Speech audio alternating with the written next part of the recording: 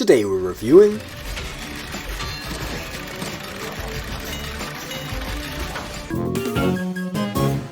I've got this. We get a Rocky special. Just that is a huge positive for an underappreciated pup. He's my second favorite after only Marshall, and I couldn't be happier that he not only gets the spotlight, it's a story that gives him emotions, doubts, and growth. Things the main show has all but excised in the last few years. I know I've posted this moment over and over leading up to this, but it's so cute. I wasn't sure about Percy at all, but he grew on me. And by the way, yes, his name is the punny Purrcy. So, there aren't actually two characters in the show called Percy, along with the annoying elf. My name's Percy. In the end, he was extremely lovable, and I thought that super husky voice he had was fantastic. Great performance from Zeke Trudell. Get it? Percy. I was wrong. I was just overwhelmed and should have asked for help. I need my assistant back. You really mean it? Of course I do! This is also a fantastic send-off for Jackson Reed, giving a superb vocal performance with range and substance. Are you okay, Rocky? Yeah, I'm fine. But look at my truck! I didn't mean to break it, but don't worry. I can fix it. Don't bother! Oh, this is just so good.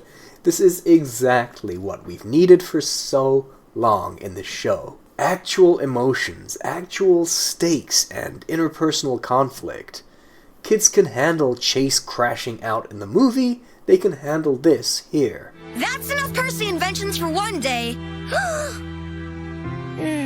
And it just instantly smashes away so much stagnation. The only problem is going back to the main show when we've had this. Blah.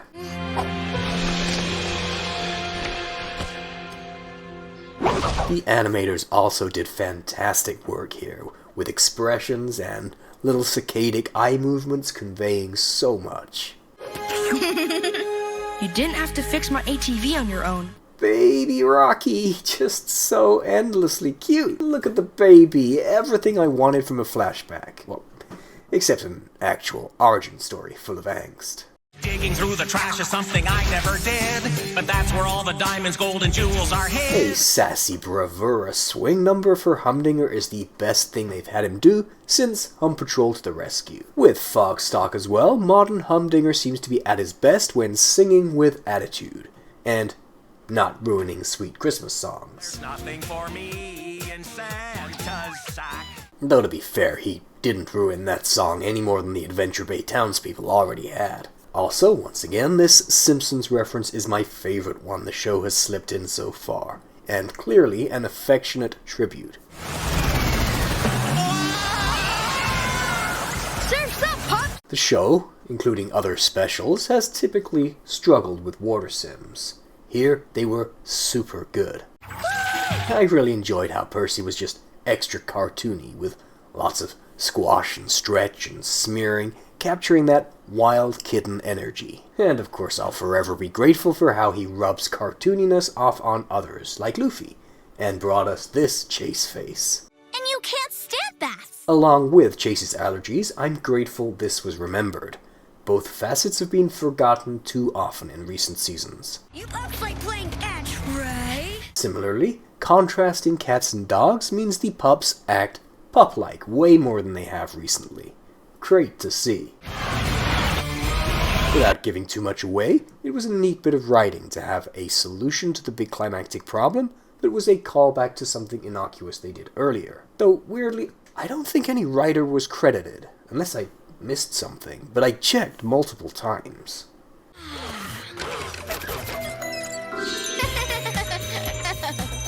This happy little sequence at the end was very cute. And no, I'm not going to explain this freeze frame.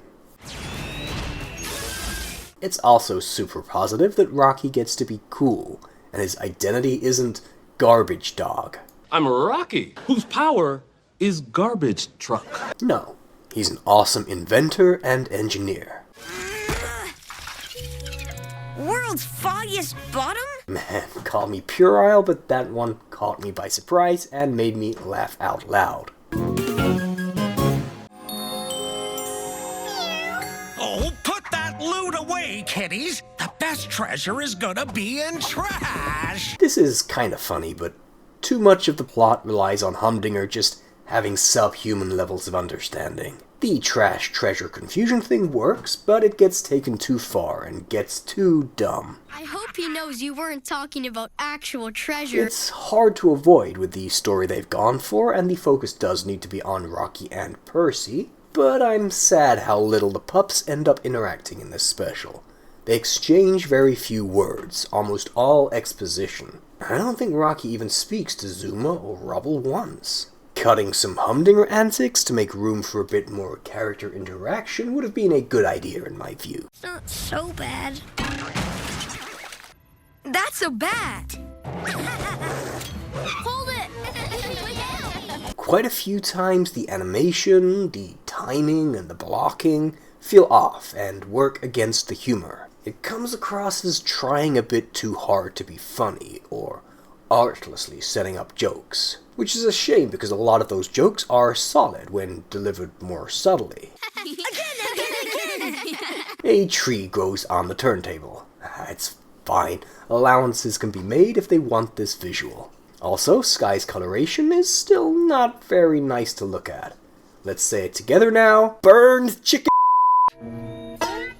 Without giving this away, I also didn't love this gag. Sure, it's a gag, but it doesn't fix continuity or even make sense in the moment. What advantage do the kittens get from doing this? Not like it means they have to engage with Humdinger any less. It also doesn't make sense when you think about what the copycats said, or the royal kitties, or Callie, or the gag in the Mighty movie. I know it's a gag and you don't need to overthink it, but I'm gonna continue headcanoning that Percy just unknowingly stepped on a meteor fragment in his infancy or something, even if the next step of the gag just ruins that idea too. Then you used one of your inventions to try and fix it.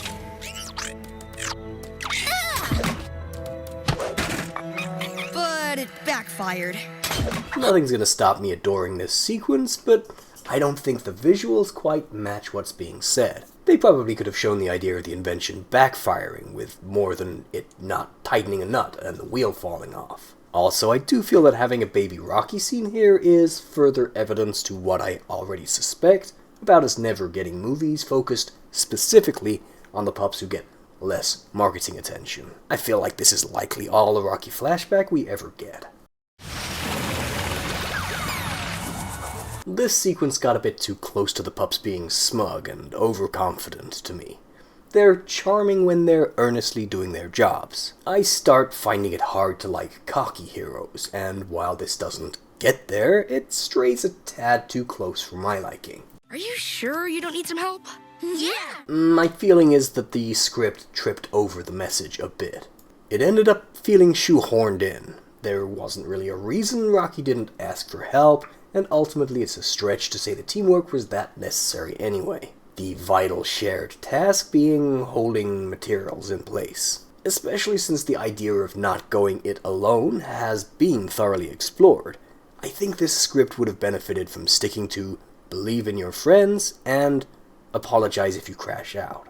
I know who you are. You're Rocky. I also think if you're gonna make Percy look this much like Rocky, earfold and eye patch and all, there should probably be an actual reason for it. Having him just coincidentally look so much like Rocky does just strike me as bizarre when there's no actual explanation.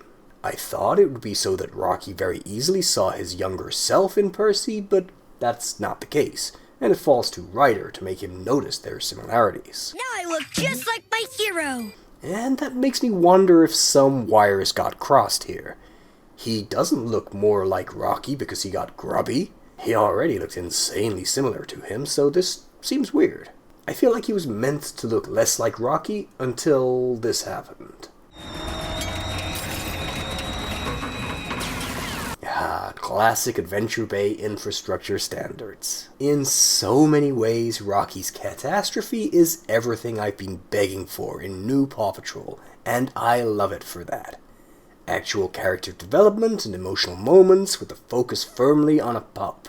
Growth, some background information, mistakes, reconciliation, good visuals, and funny moments. Strong writing that shows the writer cares about continuity and things that were established earlier. A lot of this is written exactly how I would have written it. Like Valiente, the villain isn't quite pulling their weight. Comparing the two, I do prefer Valiente's scope and tone, but the problems here are far less impactful, and it's elevated so much by having a genuine emotional arc. Oh, how I've dreamed of genuine emotional arcs in PAW stories. Overall, 9 out of 10.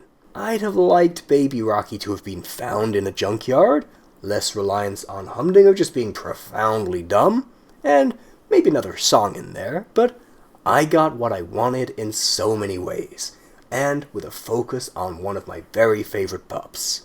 This is how PAW Patrol should be. Alright, and tomorrow season 13 starts and we go back to regular episodes. After this, they may seem all the more hollow. Let's keep an open mind though. At the very least, we now know that these creatives are perfectly capable of something like this, if that's what they want to do. It may, however, be that going forward, what's worth watching is specials and movies, and the TV show maybe isn't such a great use of all of our time. If this could become the standard though, we'd be golden. Alright, see you guys again tomorrow.